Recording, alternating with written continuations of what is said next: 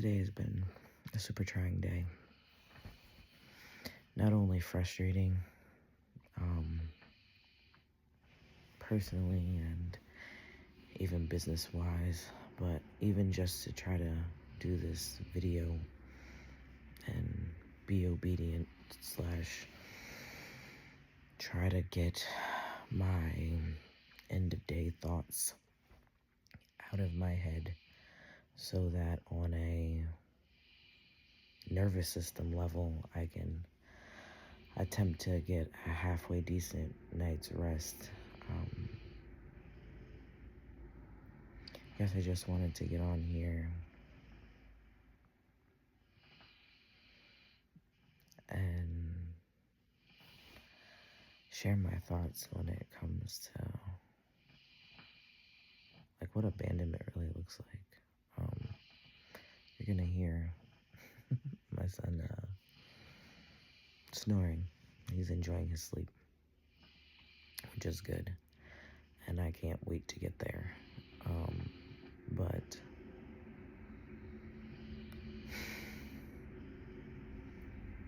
taking things personally when it's not yours to carry and managing other people's emotions is something that I think a lot of adoptees can identify with. It's something that alters your interactions with people.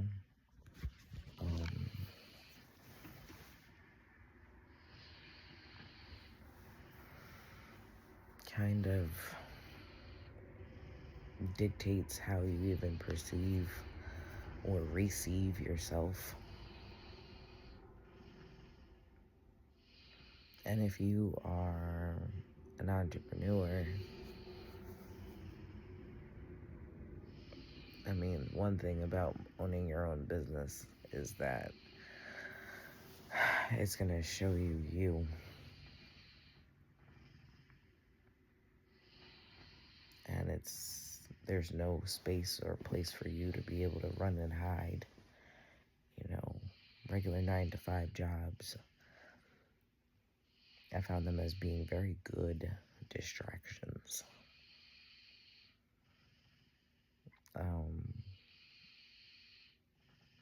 Distractions because giving yourself a task to be able to immerse yourself in rather than having to face because you've got nothing but time yourself is a bit nerve-wracking. And today was just really full of a lot of self-doubt. I try not to wallow in my feelings. I grew up being told that my feelings lie to me. So being able to even put names to feelings sometimes is hard. Or to understand that two things can be true at the same time. You can feel what you feel, but you don't necessarily have to let it define you. Has been obscenely challenging today.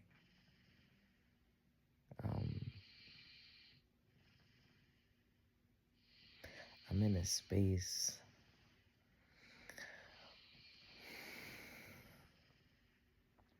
personally where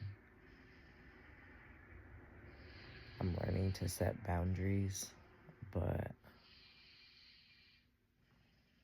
at the same time, there's a lot of people who have to unlearn or accept or choose not to accept the version of me that sets boundaries, that is not giving or overly giving, not overly giving, and that I don't, in the words of my therapist, I don't value others over myself.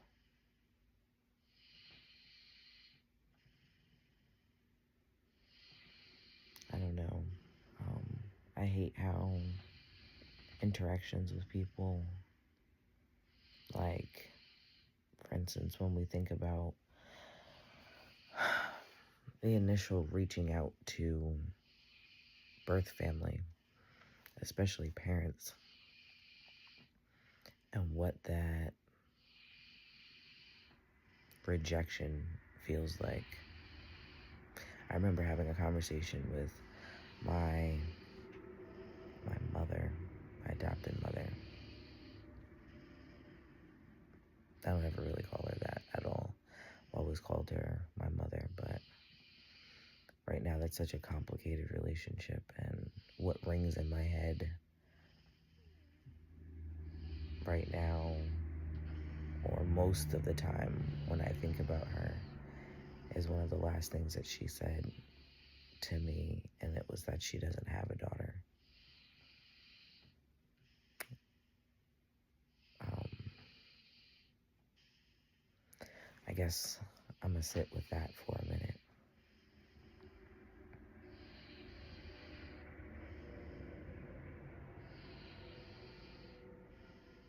Because honestly, that hurts. For my entire life to be told that I'm chosen and that I'm special, and, you know, when I was teased in school, it was, well, at least my parents didn't get stuck with me type of deal. It worked to shut up those haters at the time. But in the moment, it shut it down. But it doesn't stop those voices and those things that are said to play back in your head.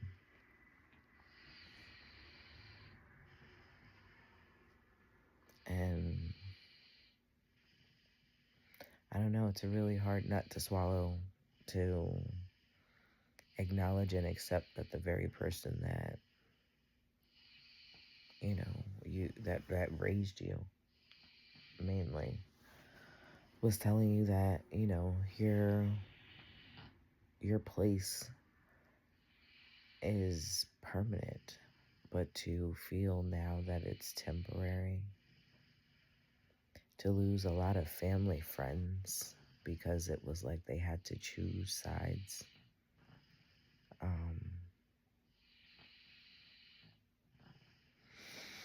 I don't know. It's rough.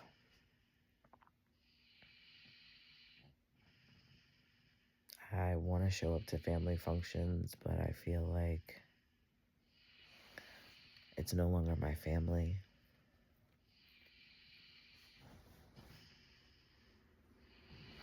Sometimes you just need a hug from your mom and some good advice, and you realize that she won't even pick up the phone and it has you blocked. But what I will say is that even with that,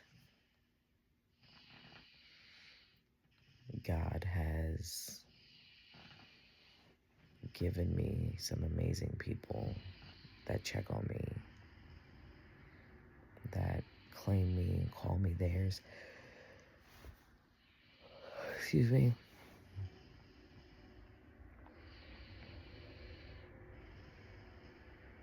And I don't know, I know I feel like I'm all over the place, but welcome to the brain of an adoptee,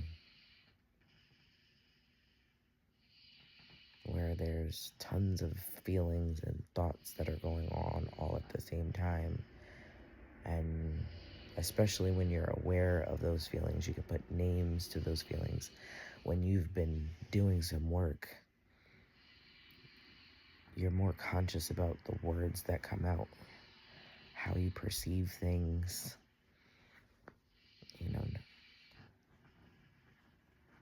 acknowledging that, I think one of my favorite phrases is two things can be true at the same time.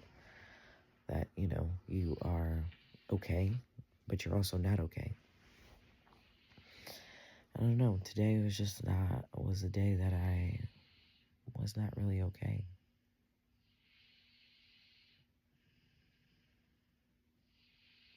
miss my dad.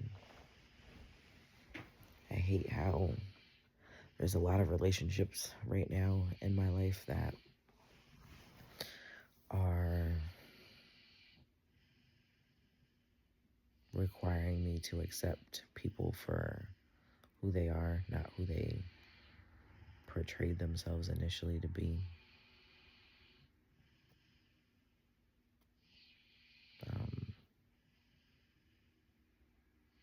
I get tired of being the bigger person or person to deal with how other people show up or don't. And then you wonder why the statistics for adoptees are what they are when it comes to substance abuse, depression, eating disorders, all the things. I don't know, it's just a lot of things overtake you. But at the end of the day, what I have done is gotten to a place where before I close my eyes, and definitely throughout the day, I try to find a space of gratitude, even if it's for the smallest things. I learned that becoming a part of the board of this awesome postpartum group,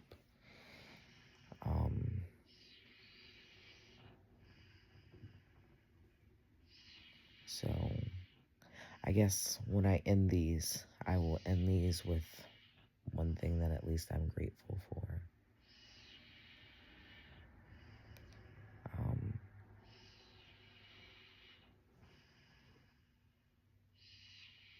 And I guess today and right now, I'm grateful for the unconditional love of my sons.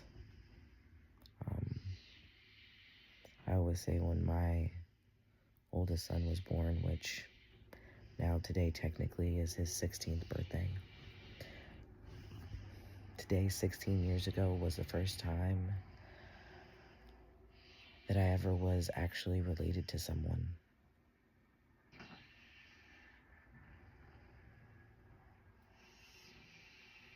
I remember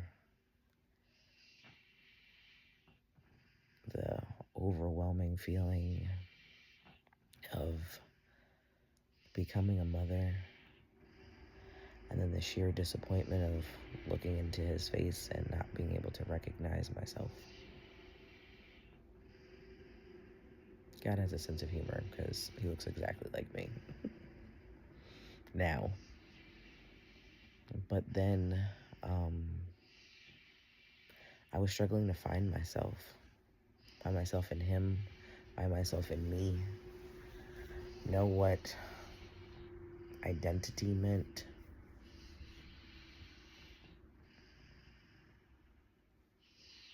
And still trying to hold on to the notion of, even if you don't know where you come from, there's still a group of people that chose you. And I guess getting back to that original thought, as I'm going through perimenopause and hot flashes, I go back to the place where I always thought that me being chosen was a bit of permanence. But in reality, it's all temporary. It's all based on someone's choice. And I guess that's not crazy, for the simple fact that, even me as a mom with my biological children, I still have to choose every single day to show up for them. So I guess it's so weird, and I can't fathom the idea of choosing not to show up for your kid or choosing to not acknowledge them. That goes for both of my mothers. my adopted mother as well as my biological mother. My biological mother refuses to acknowledge my existence. She posts about my brother and calls him her one and only, as if she's only got one kid. And it's funny because he has all girls, and she dotes on her granddaughters and calls them her mini-me. I guess that's ironic because I do end up looking like my birth father. But again, like, when I look at those things, I'm not gonna lie and act like it doesn't hurt. Because it does. It pisses me off that certain things have to be a lie and a secret because you care what other people think. And I guess my ending thought is just that it sucks as an adoptee that we have to manage so many people's emotions, so many people's intentions. And if I could change one thing about the actual system or the makeup of adoption, it would be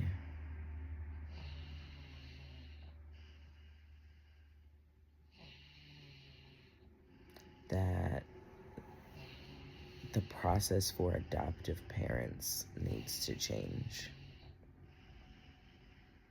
I'm a firm believer people do the best that they can with what they've got, the wheelhouse they have, their capacity, all that stuff. And everybody gets a pass. No, it's not about perfection at all. And I believe that everybody, including parents, there's a season for everything as well. But people should not adopt if it's not really about the kid. And people need to be honest with themselves about the reason why they want to adopt. Because it weighs heavy on us as children and adults when it comes down to our position and the position that we play. It's kind of similar to like that older child syndrome where, you know, that older child feels like they're responsible for everybody and everything to try to keep the peace and people pleasing and all of those kind of things. It's the same exact thing. And many of us are adopted to fill a space, to fill a void, to fill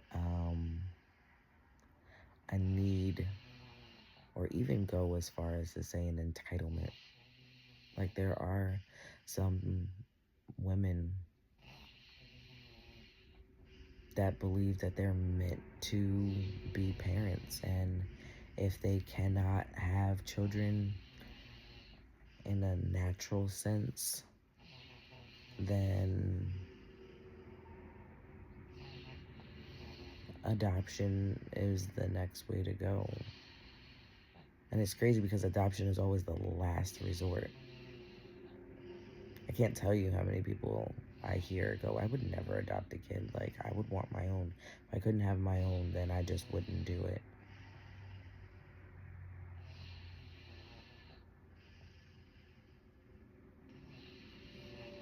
I don't know, do you hear the underlining bits of that? I know this is a crazy rant, but again, like I said, these are late night thoughts. This is all the things that go through my head. Sometimes they replay all day long. And it's hard to shut them off when you've got other things to deal with. But everyday life will bring up a lot of these thoughts, and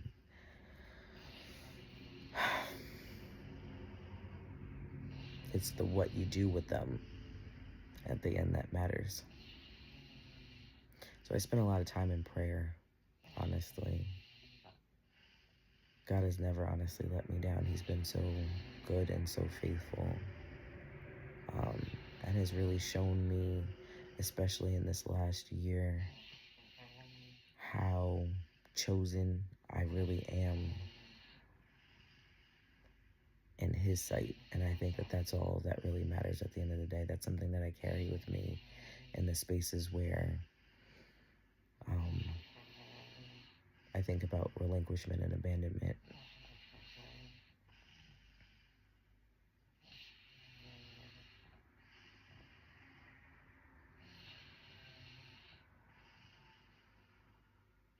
I don't think it's too much to want to feel loved and wanted and genuinely wanted.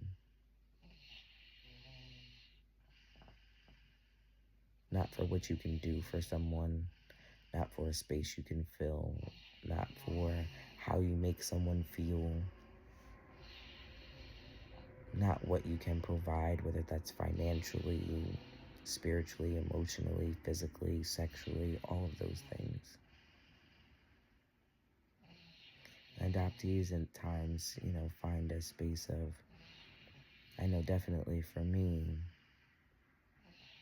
I value connection over my own boundaries because I didn't want to feel abandoned. I didn't want to give somebody the opportunity to be able to leave me or make me feel like at no point in time am I worth what I bring to the table.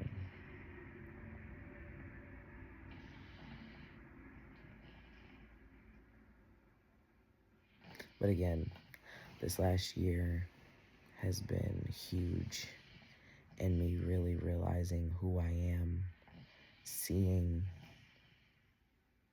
the amazing woman that I am becoming, and actually getting to a place where I can proudly be able to say I love myself and I'm proud of myself. I like who I am, and I feel sorry for the people in my life that knew me then but don't know who I am now. And the access is no longer there. And that's a weird spot to be in too, because I'm talking about acceptance and not being relinquished or abandoned and all of these things. But I also see that, again, in that separation and distance, there is a beauty. I wouldn't be able to be where I am right now if certain people didn't walk out my life or never walked in it.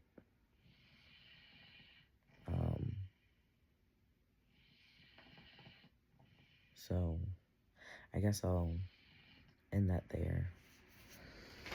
My space, like I said, my space of gratitude today is for my sons. Their unconditional love that they give me, and the opportunity I get to show up every day for them. Even when I'm the only one that shows up for them. I'm proud of them. I'm proud of who they are. And I'm proud of me for sticking with this parent thing. Even when it's not easy, even doing it by myself.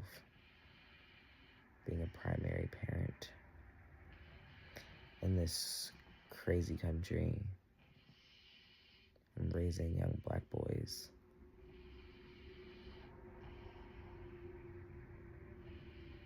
I'm proud of you, Morgan.